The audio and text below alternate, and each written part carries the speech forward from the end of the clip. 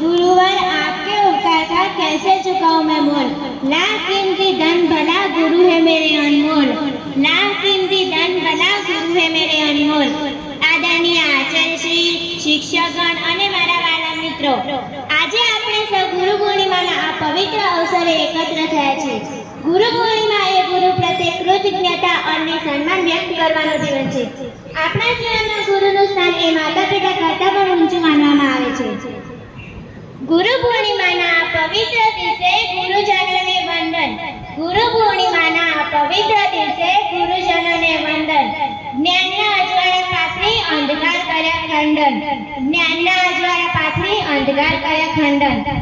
આજના યુગમાં યુવા પેઢીને એમ થાય છે કે આપણી પાસે સ્માર્ટફોન જ તેમજ ઇન્ટરનેટ જેવા ઉપકરણો છે, તો આપણે ગમે તે તેમાં સર્ચ કરવાથી સઘળી માહિતી મળી રહે છે, તો આપણે ગુરુની કે શિક્ષકની શું જરૂર છે। પણ તે પેઢી એમ નથી જાણતી કે તે માહિતી ફક્ત એક સળગાવ્યા વગરના દીપક તેમજ રંગ વગરના ચિત્ર જેવી છે। શિક્ષક એ આપણા જીવનમાં અંધકારરૂપી દીપકની જ્યોત જલાવી પ્રકાશ આપનાર છે। શિક્ષક એ આપણા કોરા ચિત્રમાં રંગ પૂરનાર છે। આપણા જીવનમાં શિક્ષક નિખાર લાવનાર છે, જે કામ ગૂગલ ક્યારેય કરી ન શકે। ગુરુ પૂર્ણિમા એટલે ગુરુને શિષ્ય દક્ષિણા આપી પોતાના ઋણમાંથી મુક્ત થાય છે।